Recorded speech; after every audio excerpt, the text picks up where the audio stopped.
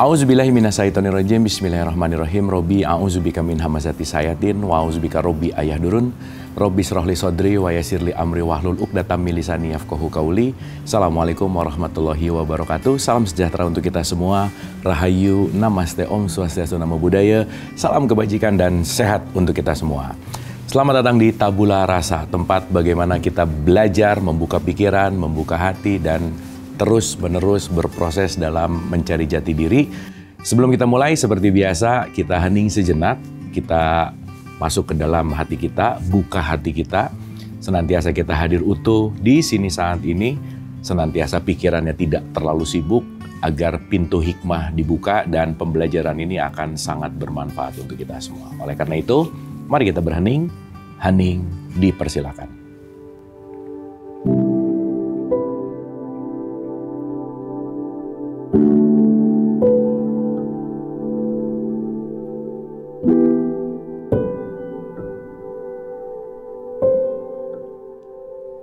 Selesai, terima kasih. Senantiasa kita sudah di halaman yang sama dan senantiasa pembelajaran-pembelajaran ini bermanfaat untuk kita semua.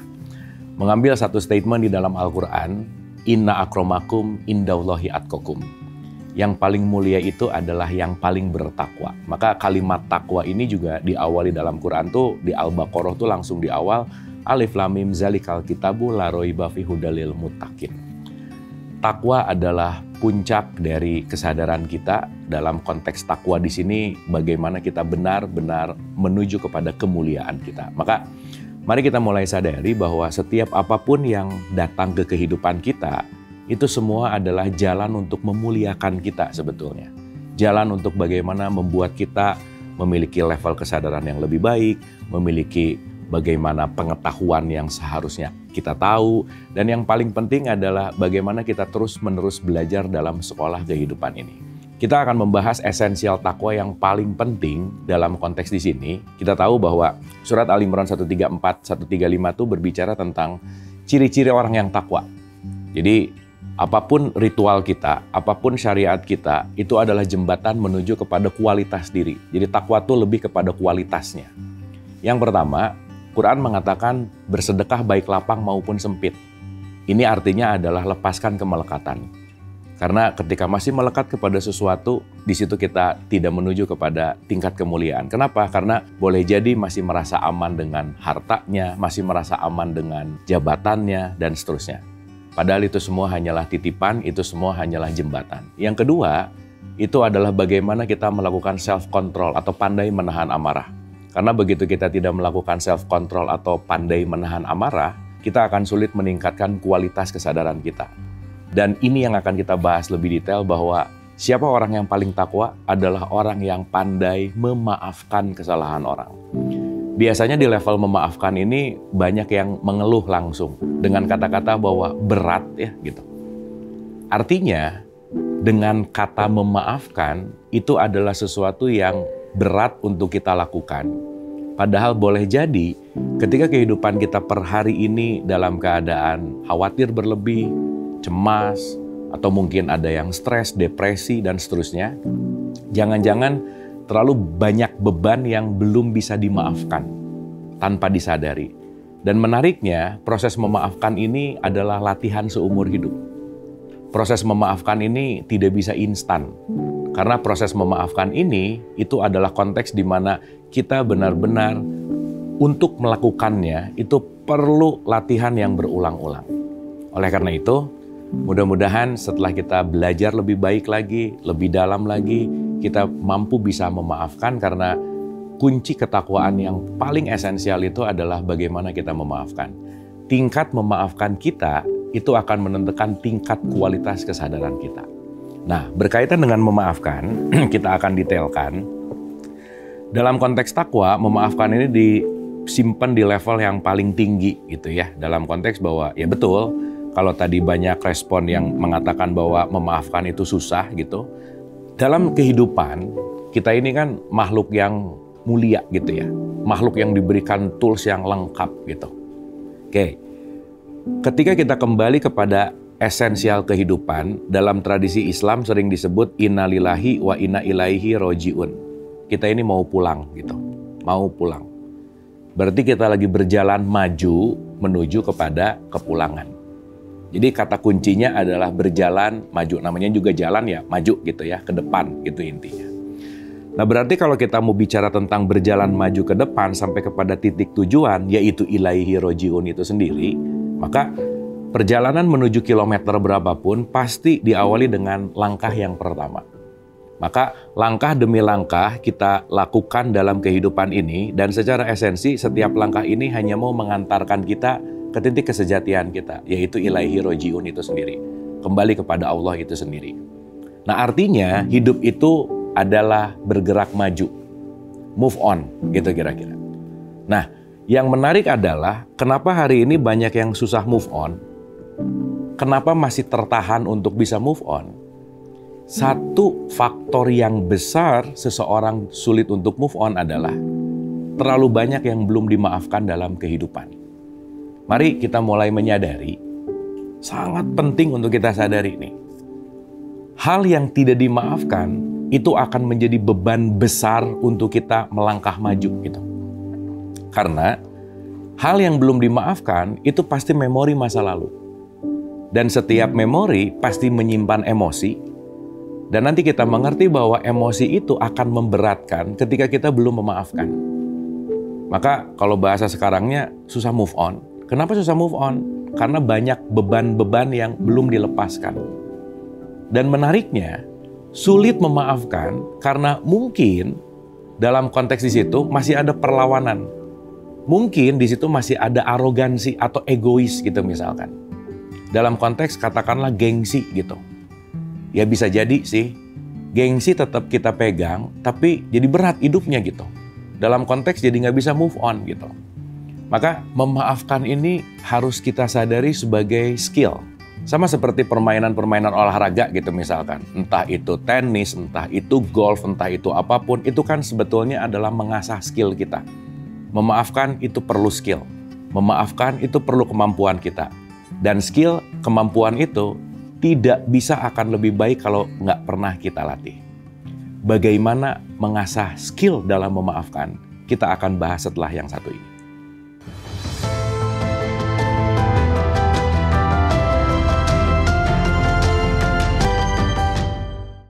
Masih bersama saya Bu Marlo, mari kita lanjutkan pembelajaran.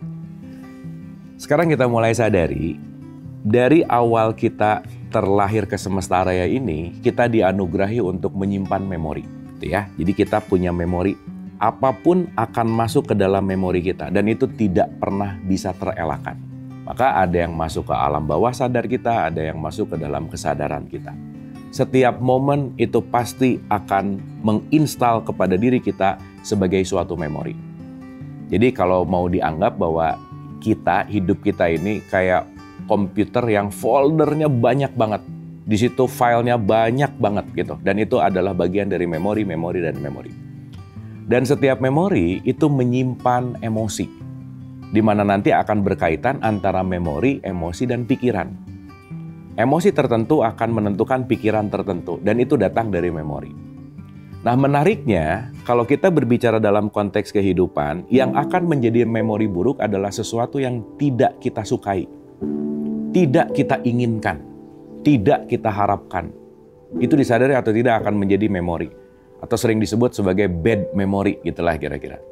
Tapi nanti kita mengerti bahwa sebetulnya nggak ada yang good or bad sih, nggak ada yang baik atau buruk. Karena kenapa? Semua yang datang ke kita pasti pembelajaran. Nah, saya kasih contoh. Katakanlah kehidupan kita sudah melalui fase di usia 40 tahun gitu. Bisa kita bayangkan, selama 40 tahun ini, setiap memori kehidupan ini masuk memenuhi memori di dalam diri kita. Dan setiap memori buruk tadi, yang menjadi emosi tadi, katakanlah adalah sesuatu yang tidak baik, di situ akan menjadi rasa yang membuat kita jadi tidak nyaman, sakit hati misalkan, dilecehkan misalkan, bullying gitu misalkan. Apapun konteksnya, itu tetap akan jadi memori. Singkat cerita supaya mudah, memori itu akan menjadi beban-beban memori itu sendiri. Jadi nanti ini sering juga kita sebut sebagai luka batin misalkan. Sehingga semakin banyak luka batinnya, semakin akan memperberat sistemnya. Sama kayak komputer gitu ya, memorinya udah terlalu penuh, itu pasti akan jadi berat gitu. Nah, yang menarik adalah karena hidup ini maju ke depan, tetapi memori-memori masa lalu ini memberatkan kita untuk move on gitu kira-kira. Apa yang terjadi? Di situ akan terjadi stuck gitu. Di situ akan terjadi bagaimana kita selalu terkait dengan masa lalu. Di situ kita akan sulit untuk move on. Nah, analoginya adalah ketika kita selalu kembali kepada memori buruk itu, kita tiap naik motor yang kita lihat fokuskan adalah spionnya terus gitu. Jalan majunya tuh nggak kita perhatikan.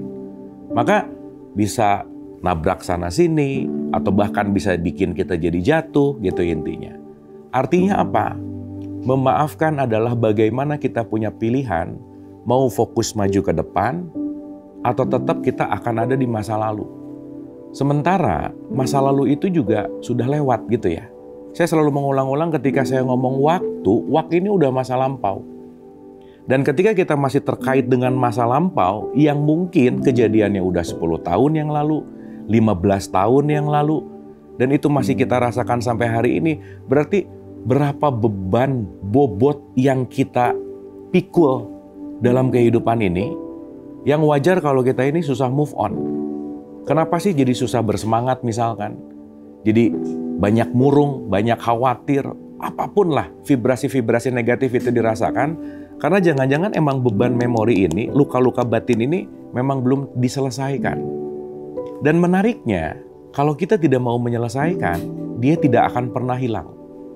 Karena boleh jadi kita menganggap itu nggak ada, padahal itu tetap ada. Bukan menyelesaikan, tapi justru malah menghindari. Sehingga ketika kita tidak menyelesaikan, memori itu tidak akan pernah dalam tanda petik lepas dari beban kita. Contoh sederhana aja. Pensil ini mungkin ringan banget. Begitu saya pegang, ya nggak kerasa sih. Dalam kurun waktu 1 menit, 2 menit. Tapi dengan bobot yang sama, saya pegangnya lebih lama, 1 jam, 2 jam, itu pasti mulai kerasa pegel. Pasti mulai kerasa berat banget. Maka penting sekali jangan meremehkan hal kecil untuk kita selesaikan.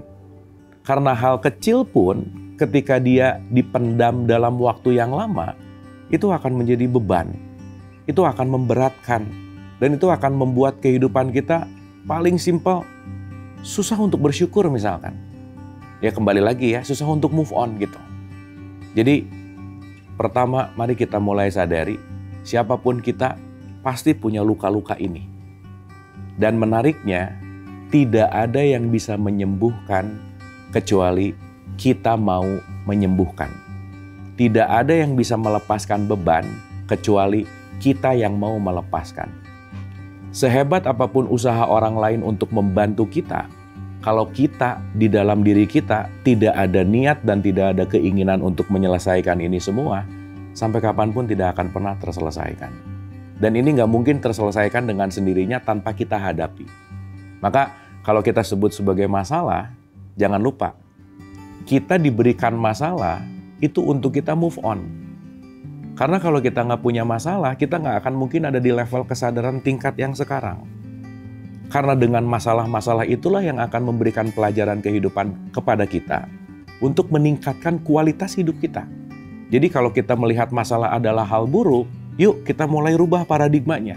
Masalah itu bukan hal buruk, tapi guru yang datang untuk memberikan pengajaran terbaik di dalam kehidupan kita.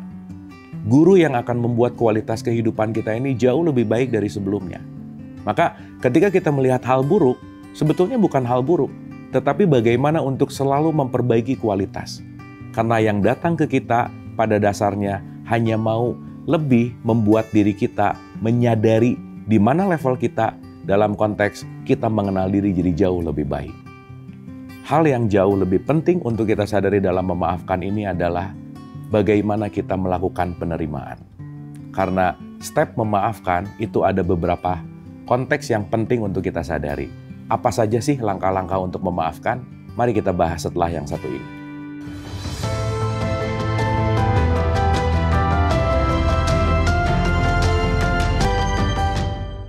Masih bersama saya Bu Marlo, mari kita lanjutkan pembelajaran. Yang pertama, kita bicara dalam konteks yang namanya kesadaran. Oke ya, kesadaran ini penting sekali. Sadarilah, setiap kita pasti punya luka batin. Pasti punya beban-beban batin. Yang itu suka atau tidak suka pasti terinstal di dalam diri kita. Jadi nomor satu adalah sadari dulu. Setiap orang pasti memiliki luka batinnya. Setiap orang pasti memiliki konteksnya adalah hal-hal yang belum dimaafkan. Itu intinya. Itu nomor satu. Sehingga ketika kita mulai memiliki kesadaran itu sendiri, bahwa yang kedua adalah sadari bahwa apapun luka itu konteksnya adalah untuk memperbaiki kualitas kehidupan kita. Jadi lepaskan dulu dualitas baik dan buruk, tetapi sadarilah bahwa yang datang ke kita termasuk luka-luka ini adalah sesuatu hal untuk membuat kita lebih berkualitas dalam hidup. Karena tanpa guru yang baik, kita tidak akan pernah mendapatkan pengajaran yang baik. Yang ketiga, ketika kita tahu bahwa itu adalah membuat kualitas diri kita lebih baik, tidak bisa tidak. Kunci untuk melepaskan adalah penerimaan. Atau yang disebut dengan yang namanya terima. Acceptance. Terima bahwa hal itu memang harus terjadi pada diriku. Terima bahwa apapun yang terjadi itu adalah sesuatu yang harus terjadi pada diriku. Dan itu tidak bisa dielakkan. Karena dalam kehidupan ini, kita pahami ada dua hal. Ada hal yang bisa kita kontrol dan ada hal yang nggak bisa kita kontrol. Contoh sederhana. Ketika mungkin sedang berdoa gitu ya kepada Tuhan, kepada Allah. Ya Allah, jadikanlah aku orang sabar. Tapi jangan lupa, begitu setelah berdoa orang sabar, besok kita pasti ketemu orang nyebelin misalnya. Berarti semesta itu menghadirkan orang yang kita anggap menyebalkan karena kita memang mau jadi orang yang sabar. Karena nggak mungkin kita jadi orang yang sabar kalau kita tidak pernah menemukan konflik dengan apapun yang kita nggak suka. Artinya, sesuatu yang mengiritasi hati kita, yang mengiritasi dan membuat dalam konteks menyakiti, itu sebetulnya mau menyadari bahwa, oh iya ya, saya ternyata masih punya perasaan ini dan saya masih ada di level ini. Maka yang datang itu hanyalah dalam tanda petik utusan-utusan semesta. Hanyalah pembawa-pembawa pesan. Yang terpenting itu bukan siapanya. Tetapi yang terpenting itu adalah pesan apa yang mau diambil atau mau disampaikan. Nah, artinya ketika kita melakukan penerimaan, konteks penerimaan ini akan penting untuk kita latih. Terima apapun yang datang ke kita, itu memang sudah seharusnya. Karena pilihannya cuma ada dua. Yang datang itu sering disebut realitas. Apakah saya mau menerima realitas atau saya mau menolak realitas? Nah, dalam konteks penerimaan itu juga kita bagi dua nih. Terkadang, kalau dalam bahasa konteks yang mungkin kita sering dengar, ada embrace, ada ignore. Ada saya terima dengan ikhlas, ada ignore. Ignore tuh nggak dipedulikan, dianggap nggak ada. Gitu ya. Karena begitu ignore, kita menganggap nggak ada. Tetapi rasa itu nggak hilang. Jadi, jangan mencoba untuk ignoring. Jangan mencoba untuk menganggap bahwa itu tidak ada. Dan yang paling penting ketika diterima, hal berikutnya adalah kita penting untuk jujur terhadap diri kita masing-masing. Kadang ketika ada perasaan buruk, karena kita nggak mau merasakan itu, jadi kita nggak jujur. Contoh, ada rasa nggak enak. Wah, jangan nggak enak, jangan nggak enak. Ditutup-tutupi gitu. Padahal perasaan nggak enak, itu adalah satu simbol atau satu juga pesan untuk menyadari bahwa saya masih punya perasaan itu. Karena sebetulnya no wrong feelings, nggak ada perasaan yang salah. Karena itu juga sebagai tanda gitu. Nah, ketika kita mulai punya kesadaran, dalam konteks sadar bahwa itu adalah perbaikan kualitas kehidupan, karena kualitas kehidupan salah satunya adalah kedewasaan. Ketika kita mau masuk ke dalam jenjang kesadaran yang lebih tinggi, kedewasaan itu penting sekali. Dalam konteks, kalau masih marah, masih benci, di situ pasti kita kekurangan tingkat kedewasaan. Datang dari mana? Kekurangan pengertian. Maka kualitas yang paling penting dalam kehidupan adalah meningkatkan pengertian hidup. Semakin kita mengerti, semakin konflik akan berkurang. Semakin konflik berkurang, semakin tingkat kedewasaannya akan naik. Dalam konteks di sini, ketika kita masuk dan sadar bahwa setiap datangnya apapun itu adalah peningkatan kualitas, maka di situ acceptance akan mulai terbuka, diterima. Akhirnya ketika ada terima, kita akan merasakan jujur terhadap diri dan sadar bahwa siapapun yang kita benci, ketika kita terima bahwa kita tidak benci kepada orangnya, tapi dalam tanda petik kita sadar bahwa perilakunya akan memberikan pesan kepada kita. Maka di situ kita akan membangun relationship lebih baik lagi. Dan mulai disadari ketika sudah mulai diterima, sadar bahwa kita banyak sekali beban-beban yang tidak atau belum dimaafkan. Dan penting bahwa maaf itu menyembuhkan. Akan sangat menyembuhkan. Dan sekali lagi, ketika kita sudah sembuh, itu akan move on. Dan membuat kita bebas dari luka masa lalu. Dalam konteks, ketika masa lalu kita udah mulai bebaskan, kita akan bisa mengalir dengan lebih baik. Kita akan bisa move on lebih baik.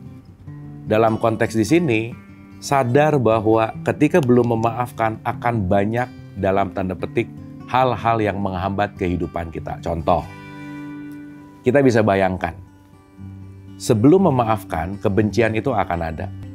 Kebencian itu akan menimbulkan konflik. Ketika saya benci sama seseorang, mungkin saya akan mengatakan buruk kepada dia. Saya mengatakan buruk sama dia, dia akan kembali mengatakan 5 kali lebih buruk. Mungkin ketika dalam tanda petik ya, keluar kata-kata binatang, saya menyebutkan satu binatang, akan kembali satu kebun binatang gitu kira-kira. Dan itu nggak akan pernah selesai. Dan nanti di situ akan merembet kepada karena benci sama orang ini, dilihat bahwa oh ini anaknya si ini, oh ini keturunannya si ini akan meluas. Bahkan mungkin ketika tahu bahwa oh ini kuliahnya di sini, sampai nanti kita bisa membenci tempat kuliahnya, kita bisa membenci siapa teman-temannya, kita bisa membenci kota tempat dia lahir, dan seterusnya. Dan semakin kebencian itu ada tanpa memaafkan, itu akan mempersempit kita, itu akan membuat kita susah untuk move on. Oleh karena itu, ketika kita sayang sama diri kita, ketika kita untuk move on lebih baik, tidak bisa tidak, mari mulai memaafkan. Memaafkan itu tidak susah ketika kita mulai latih. Terimalah apa adanya. Terimalah bahwa itu semua adalah jalan untuk memperbaiki kualitas diri kita. Karena pada akhirnya, kita akan selalu berterima kasih kepada siapapun yang paling kita benci saat ini. Karena orang-orang itulah, mereka itulah yang membawa kita kepada level kualitas kehidupan kita hari ini. Mulailah terima, mulailah maafkan, mulailah lepas dari beban-beban masa lalu, dan mulailah kita move on ke arah yang lebih baik. Terima kasih, semoga bermanfaat. Wabillahi taufiq wal hidayah. Assalamualaikum warahmatullahi wabarakatuh.